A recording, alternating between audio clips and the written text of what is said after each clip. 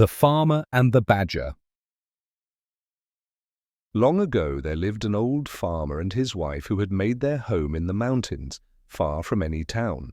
Their only neighbor was a bad and malicious badger. This badger used to come out every night and run across to the farmer's field and spoil the vegetables and the rice which the farmer spent his time in carefully cultivating. The badger at last grew so ruthless in his mischievous work and did so much harm everywhere on the farm that the good-natured farmer could not stand it any longer and determined to put a stop to it. So he lay in wait day after day and night after night with a big club, hoping to catch the badger, but all in vain. Then he laid traps for the wicked animal. The farmer's trouble and patience was rewarded, for one fine day on going his rounds, he found the badger caught in a hole he had dug for that purpose. The farmer was delighted at having caught his enemy and carried him home, securely bound with rope. When he reached the house, the farmer said to his wife, "I have at last caught the bad badger. You must keep an eye on him while I am out at work and not let him escape, because I want to make him into soup tonight." Saying this, he hung the badger up to the rafters of his storehouse and went out to his work in the fields. The badger was in great distress, for he did not at all like the idea of being made into soup that night, and he thought and thought for a long time, trying to hit upon some plan by which he might escape. It was hard to think clearly in his uncomfortable position, for he had been hung upside down. Very near him, at the entrance to the storehouse, looking out towards the green fields and the trees and the pleasant sunshine, stood the farmer's old wife pounding barley. She looked tired and old. Her face was seamed with many wrinkles and was as brown as leather, and every now and then she stopped to wipe the perspiration which rolled down her face. "Dear lady," said the wily badger, "you must be very weary doing such heavy work in your old age. Won't you let me do that for you? My arms are very strong, and I could relieve you for a little while." "Thank you for your kindness," said the old woman, "but I cannot let you do this work for me because I must not untie you, for you might escape if I did, and my husband would be very angry if he came home and found you gone." Now, the badger is one of the most cunning of animals, and he said again, in a very sad, gentle voice, "You are very unkind. You might untie me, for I promise not to try to escape. If you are afraid of your husband, I will let you bind me again before his return, when I have finished pounding the barley. I am so tired and sore, tied up like this. If you would only let me down for a few minutes, I would indeed be thankful." The old woman had a good and simple nature, and could not think badly of anyone, much less did she think that the badger was only deceiving her in order to get away. She felt sorry, too, for the animal as she turned to look at him. He looked in such a sad plight, hanging downwards from the ceiling by his legs, which were all tied together so tightly that the rope and the knots were cutting into the skin. So, in the kindness of her heart, and believing the creature's promise that he would not run away, she untied the cord and let him down. The old woman then gave him the wooden pestle and told him to do the work for a short time while she rested. He took the pestle, but instead of doing the work as he was told, the badger at once sprang upon the old woman and knocked her down with the heavy piece of wood. He then killed her and cut her up and made soup of her, and waited for the return of the old farmer. The old man worked hard in his fields all day, and as he worked he thought with pleasure that no more now would his labor be spoiled by the destructive badger. Towards sunset he left his work and turned to go home. He was very tired, but the thought of the nice supper of hot badger soup awaiting his return cheered him. The thought that the badger might get free and take revenge on the poor old woman never once came into his mind. The badger, meanwhile, assumed the old woman's form, and as soon as he saw the old farmer approaching, came out to greet him on the veranda of the little house, saying, "So you have come back at last. I have made the badger soup and have been waiting for you for a long time." The old farmer quickly took off his straw sandals and sat down before his tiny dinner tray. The innocent man never even dreamed that it was not his wife, but the badger who was waiting upon him, and asked at once for the soup.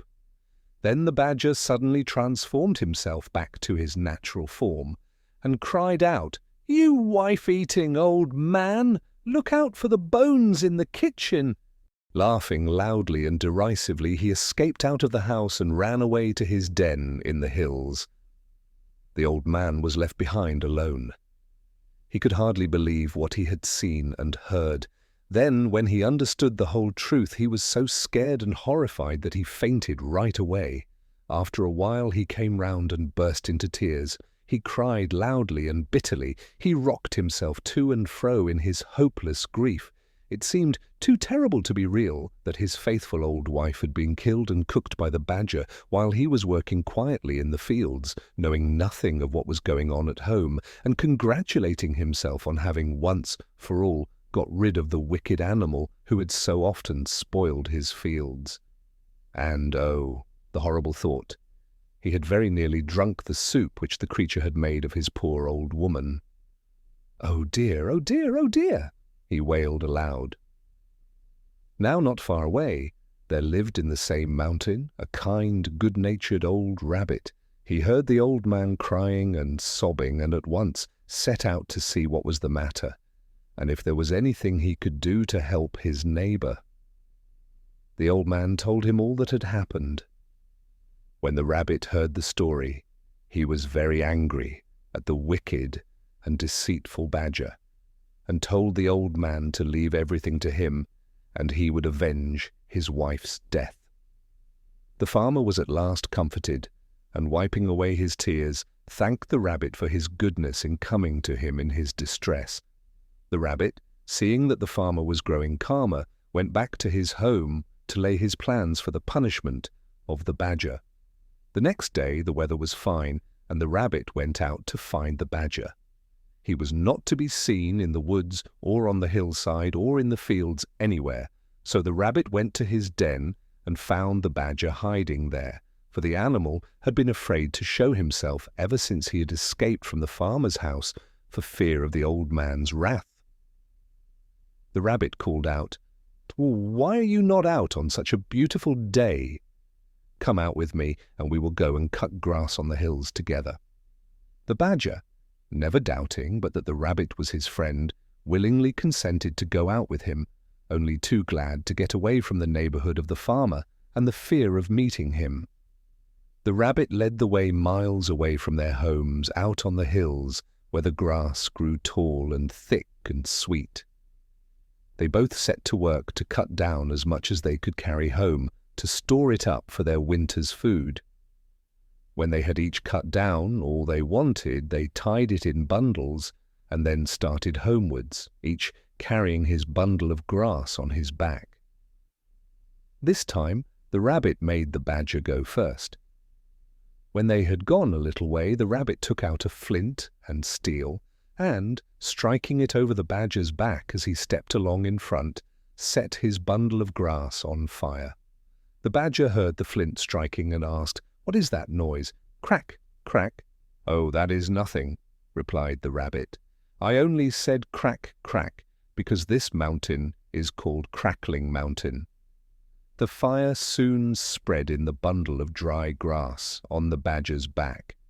The badger, hearing the crackle of the burning grass, asked, "What is that?" "Now we have come to the burning mountain," answered the rabbit. By this time the bundle was nearly burned out, and all the hair had been burned off the badger's back.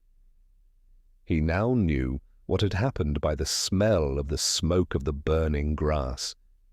Screaming with pain, the badger ran as fast as he could to his hole. The rabbit followed and found him lying on his bed, groaning with pain. "What an unlucky fellow you are," said the rabbit. "I can't imagine how this happened. I will bring you some medicine which will heal your back quickly." The rabbit went away, glad and smiling to think that the punishment upon the badger had already begun. He hoped that the badger would die of his burns, for he felt that nothing could be too bad for the animal, who was guilty of murdering a poor, helpless old woman who had trusted him. He went home and made an ointment by mixing some sauce and red pepper together. He carried this to the badger, but before putting it on, he told him that it would cause him great pain, but that he must bear it patiently, because it was a very wonderful medicine for burns and scalds and such wounds. The badger thanked him and begged him to apply it at once. But no language can describe the agony of the badger as soon as the red pepper had been pasted all over his sore back. He rolled over and howled loudly. The rabbit, looking on, felt that the farmer's wife was beginning to be avenged. The badger was in bed for about a month, but at last, in spite of the red pepper application, his burns healed, and he got well. When the rabbit saw that the badger was getting well, he thought of another plan by which he could compass the creature's death. So he went one day to pay the badger a visit and to congratulate him on his recovery. During the conversation, the rabbit mentioned that he was going fishing and described how pleasant fishing was when the weather was fine and the sea smooth. The badger listened with pleasure to the rabbit's account of the way he passed his time now, and forgot all his pains and his month's illness, and thought what fun it would be if he could go fishing too. So he asked the rabbit if he would take him the next time he went out to fish. This was just what the rabbit wanted, so he agreed. Then he went home and built 2 boats, one of wood and the other of clay. At last they were both finished, and as the rabbit stood and looked at his work, he felt that all his trouble would be well rewarded if his plan succeeded, and he could manage to kill the wicked badger now. The day came when the rabbit had arranged to take the badger fishing. He kept the wooden boat himself and gave the badger the clay boat. The badger, who knew nothing about boats, was delighted with his new boat and thought how kind it was of the rabbit to give it to him. They both got into their boats and set out. After going some distance from the shore, the rabbit proposed that they should try their boats and see which one could go the quickest. The badger fell in with the proposal, and they both set to work to row as fast as they could for some time. In the middle of the race, the badger found his boat going to pieces, for the water now began to soften the clay. He cried out in great fear to the rabbit to help him, but the rabbit answered that he was avenging the old woman's murder, and that this had been his intention all along, and that he was happy to think that the badger had at last met his deserts for all his evil crimes, and was to drown with no one to help him. Then he raised his oar and struck at the badger with all his strength till he fell with the sinking clay boat and was seen no more. Thus at last he kept his promise to the old farmer. The rabbit now turned and rowed shorewards, and having landed and pulled his boat upon the beach, hurried back to tell the old farmer everything, and how the badger, his enemy, had been killed. The old farmer thanked him with tears in his eyes. He said that till now he could never sleep at night or be at peace in the daytime, thinking of how his wife's death was unavenged, but from this time he would be able to sleep and eat as of old. He begged the rabbit to stay with him and share his home, so from this day the rabbit went to stay with the old farmer, and they both lived together as good friends to the end of their days.